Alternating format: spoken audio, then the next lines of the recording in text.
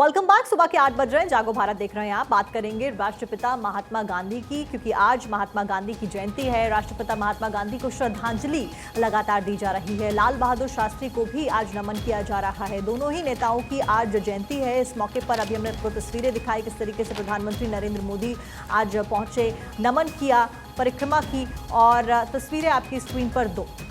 और बहुत महत्वपूर्ण है, एक तरफ राजघाट, दूसरी तरफ विजय घाट की तस्वीर। एक तरफ बापू को नमन किया, दूसरी तरफ शास्त्री जी को याद किया। और देखिए जो दूसरी तस्वीर आप देख पा रहे हैं, एक तरफ आपको दिल्ली के एलजी नजर आएंगे, तो वहीं पीछे की तरफ दिल्ली सरकार में मंत्री आतिशी सिंह आपको नजर आएंगी।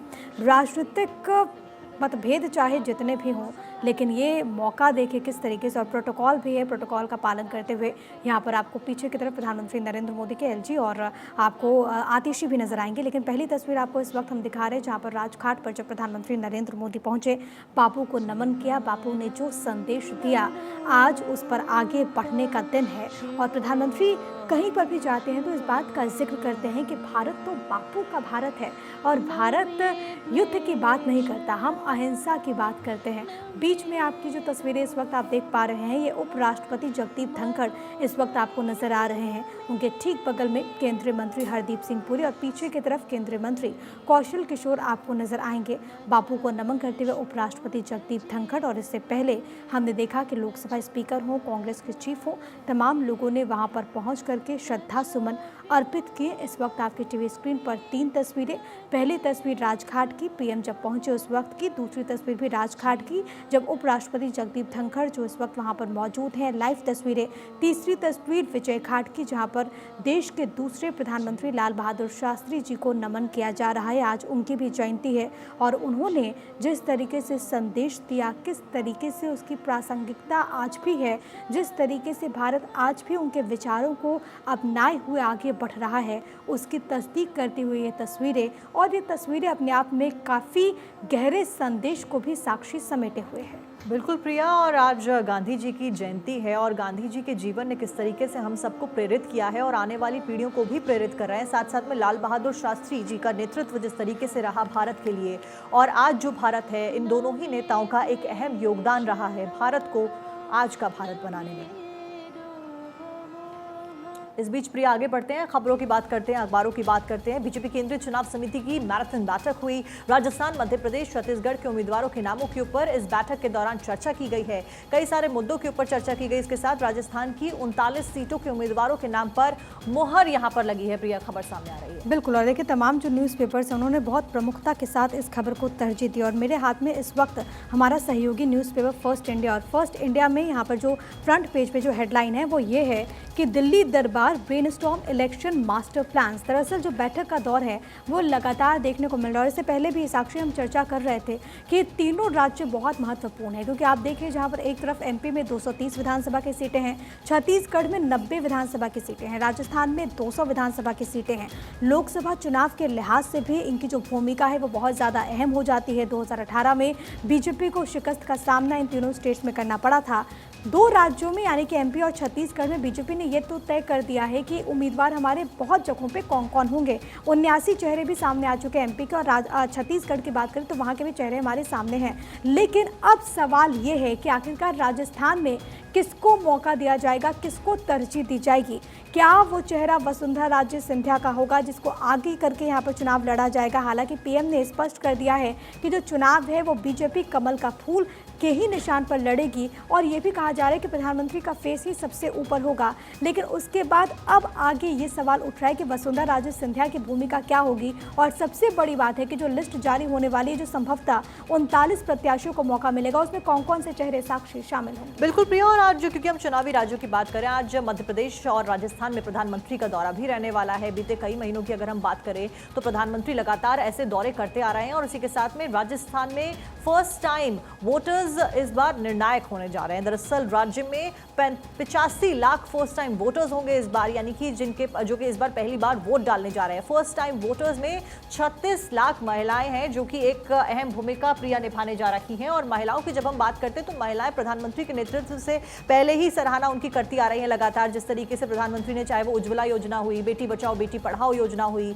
या फिर वो नारी शक्ति वंदन अधिनियम को लाना हुआ, तो पिछली बार 2 लाख वोटर्स ने अपनी सत्ता उनके वोट्स की वजह से बदली थी। इस बार इन नए वोटर्स की वजह से क्या कुछ प्रभाव पड़ता है वोटिंग के ऊपर, ये देखने वाली बात देखिए, आपने जैसा कि जानकारी दी साक्षी कि पिछले बार 2 लाख ने सत्ता बदल दी, तो इस बार तो 85 लाख है। तो आखिरकार उनके मुद्दे क्या होंगे, क्या कुछ फैक्टर्स होंगे जो कि उनके दिमाग में रहेंगे जब वो मताधिकार का इस्तेमाल करेंगे, वो देखना अहम होगा। लेकिन अब एक और बड़ी खबर है, तमाम अखबारों में छाई हुई है। विधानसभा चुनाव के लिए मुख्य निर्वाचन आयुक्त ने निर्देश दिए। मुख्य निर्वाचन आयुक्त राजीव कुमार ने निर्देश दिए आपराधिक रिकॉर्ड वालों को टिकट क्यों, ये दरअसल सवाल भी उन्होंने पूछा है। अखबार में ऐड देकर के बताएं, ये उन्होंने दिशा निर्देश दिए। और ये भी कहा क्योंकि सेक्स वर्कर्स पहली बार जो वोट करने वाली हैं, उनकी भी संख्या जो है वो बहुत ज़्यादा बताई जा रही है और उनकी गोपनीयता रखी जाएगी। आपको याद होगा कि बीते रोज़ एक प्रेस कॉन्फ्रेंस बाकायदा यहाँ पर मुख्य निर्वाचन आयुक्त की तरफ से की गई थी और इसमें ये बताया गया कि क्या कुछ तैयारियां हैं। लेकिन आपराधिक रिकॉर्ड वाले प्रत्याशियों के बारे में हम अक्सर चुनाव से पहले सुनते हैं कि किन लोगों पर कौन कौन से मामले दर्ज हैं, लेकिन अब इसको लेकर के सवाल ही पूछा गया है कि आखिरकार उन लोगों को टिकट क्यों दिया जाता है। बिल्कुल प्रिया, और क्योंकि चुनावी सीजन चल रहा है, इस बीच अलग अलग नेता अलग अलग तरीके से जनता के साथ में संवाद बढ़ा रहे हैं। राहुल गांधी यहाँ पर हिंदुत्व कार्ड के साथ में नजर आ रहे हैं। दरअसल राहुल गांधी ने ट्वीट कर बताया कि हिंदू होने का मतलब क्या होता है। राहुल ने ट्वीट कर लिखा कि सत्यम शिवम सुंदरम, निर्बल की रक्षा करना हिंदू का धर्म होता है। आगे राहुल गांधी ने कई सारी अहम बातों का भी जिक्र किया। सभी ने प्रेम आदर करने वाला हिंदू होता है, राहुल गांधी ये लिखते हैं। और अब इसको एक तरीके से क्रिटिसाइज भी किया जा रहा है और सराहा भी जा रहा है। क्रिटिसाइज करने वाले लोग कह रहे हैं कि राहुल गांधी अचानक से अब हिंदू कार्ड खेलते हुए नजर आ रहे हैं। बिल्कुल, और देखिए मेरे पास इस वक्त वो पेपर भी है जो कि राहुल गांधी ने यहाँ पर शेयर किया है उनके एक्स अकाउंट पर। इसमें सबसे पहले जो हेडर है वो सत्यम शिवम सुंदरम है और इसमें कहा गया, दरअसल इसमें ये पूरा लेख है और इसके अगर कुछ अंश हम देखें तो इसमें यह है कि कल्पना कीजिए कि जिंदगी प्रेम और उल्लास का, भूख और भय का एक महासागर है और हम सब उसमें तैर रहे हैं। इसमें यह भी है कि हिंदू वो है जिस व्यक्ति में अपने भय की तह में जाकर इस महासागर को सत्य निष्ठा से देखने का साहस है। कुछ ऐसा ही पूरा लेख लिखा हुआ है और बहुत लंबा चौड़ा ये लिखा गया है। लेकिन सबसे बड़ी बात यहाँ पर यह हो जाती है क्योंकि इस वक्त चर्चाएं बेहद तेज और सनातन को लेकर के जिस तरीके से तमाम बयान हमने बीते रोज देखा, उस बीच में कांग्रेस की तरफ से अगर राहुल गांधी कुछ इस तरीके से संदेश जारी कर रहे हैं तो क्या ये सियासी फायदा लेने की कोशिश है? एक और सवाल यहाँ पर खड़ा होता है कि सनातन के मुद्दे पर राहुल गांधी और कांग्रेस पार्टी को हर दफा घेरा गया कि वो अपना बयान स्पष्ट क्यों नहीं कर रही है, वो अपना स्टैंड क्यों नहीं रख रही है। और दूसरी तरफ अब वो हिंदू कार्ड प्ले करते हुए नजर आ रहा है। इसी वजह से अब एक तरीके से आरोप भी उनके ऊपर लगते हुए नजर आ रहे हैं।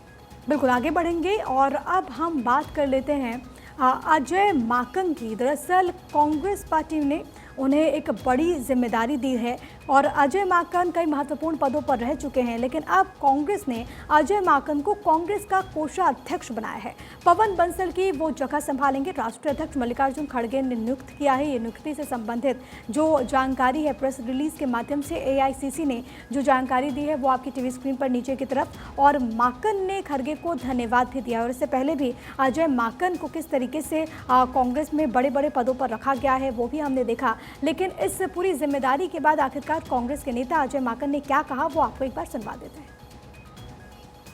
आज स्क्रीनिंग कमेटी की मीटिंग के जब खत्म हो रही थी मुझे ये जानकारी मिली और मैं कांग्रेस के शीर्ष नेतृत्व को, कांग्रेस अध्यक्ष को और पूर्व कांग्रेस अध्यक्ष राहुल गांधी जी को और सोनिया गांधी जी का मैं आभार व्यक्त करता हूं कि आज पार्टी ने मुझे मौका दिया है और मेरे ऊपर भरोसा जताया है।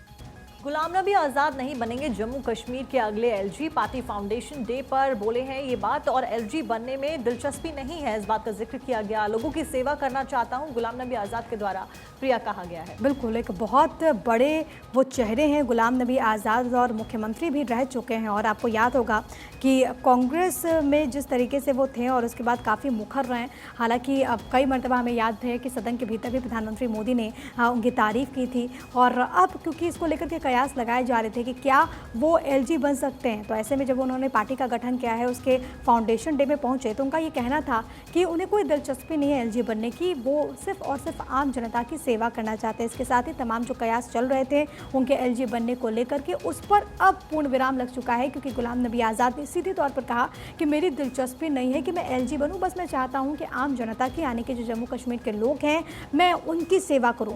बहरहाल अब हम खबरों में आगे बढ़ते हैं। कांग्रेस एमएलए की गिरफ्तारी के विवाद के बीच आज पंजाब दौरे पर हैं कांग्रेस के पूर्व राष्ट्रीय अध्यक्ष राहुल गांधी। अमृतसर के स्वर्ण मंदिर में वो मत्था टेकेंगे। अब ये अहम क्यों है, जरा आप ये समझिए, क्योंकि सुखपाल खैरा की गिरफ्तारी के बाद लगातार आम आदमी पार्टी को वहां पर कांग्रेस घेरते हुए नजर आई। इसको लेकर मल्लिकार्जुन खड़गे ने वहां के जो चीफ हैं राजा वडिंग से बात भी की थी।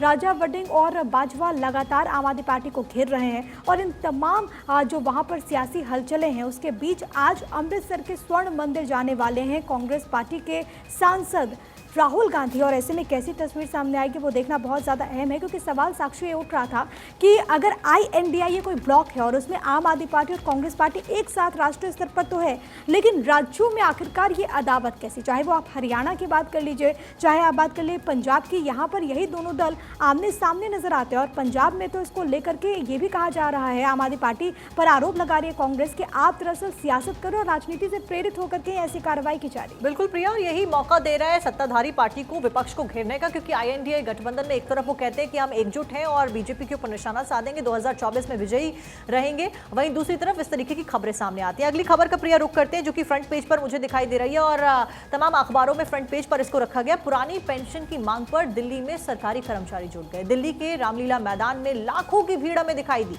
तस्वीरें अखबारों में भी दिखाई गई किस तरीके से राजस्थान और छत्तीसगढ़ सहित 5 राज्यों में OPS लागू है और फिलहाल पुरानी पेंशन के लिए यहाँ पर विरोध करते हुए लोग नजर आए। अगर मैं बात करूं अमर उजाला की, फ्रंट पेज पर यहाँ पर आपको तस्वीर नजर आएगी। हेडलाइन है पुरानी पेंशन के लिए दिल्ली में कर्मचारियों को जमावड़ा देखने को मिला और किस तरीके से ये लोग हाथ में पैम्पलेट्स लिए हुए और साथ साथ में पोस्टर्स लिए हुए नजर आए। एक ही मांग, एक ही नारा, पुरानी पेंशन हक हमारा, इस तरीके के नारों के साथ में प्रिया सब लोग नजर आए। बिल्कुल, न्यू पेंशन स्कीम को लेकर के तमाम जो अधिकारी कर्मचारी हैं वो विरोध जाहिर कर रहे हैं। और आपको ये भी बताते चले कि जहां पर दूसरे दलों की सरकार है वहां पर दरअसल ओल्ड पेंशन स्कीम को लागू करने की कवायद भी शुरू हो गई और इसी को लेकर के जो तमाम कर्मचारी वहां पर विरोध प्रदर्शन करने के लिए पहुंचे, उनका कहना था कि जब कुछ स्टेट्स में ऐसा हो सकता है तो आखिरकार पूरे देश में क्यों नहीं, और इसी को लेकर के वो विरोध जाहिर कर रहे हैं। लेकिन अब हम आगे बढ़ते और बात कर लेते हैं मणिपुर की, जहाँ पर स्टूडेंट्स मर्डर केस में 4 आरोपी को गिरफ्तार किया गया।